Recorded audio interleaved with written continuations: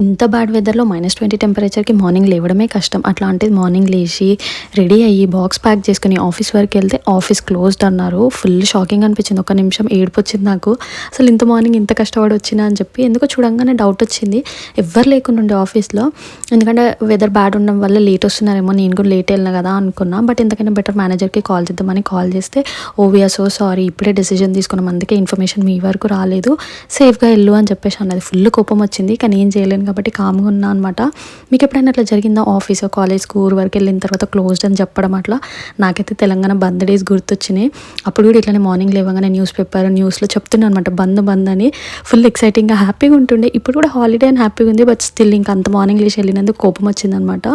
And ఇంకా రిటర్న్‌లో ఏదైతే రైడ్ వెళ్ళినో అతనికే కాల్ చేస్తే వచ్చిండు మళ్ళీ. ఇంకా రిటర్న్‌లో వచ్చేటప్పుడు కాఫీ తీసుకొని ఇంటికైతే సేఫ్‌గా రీచ్ అయ్యాను. ఎందుకంటే ఫుల్ స్ట్రెస్ అనిపించింది. అండ్ మీకు కనుక నా వీడియోస్ నచ్చుతున్నాయి అంటే సబ్స్క్రైబ్ చేసుకోండి కదా.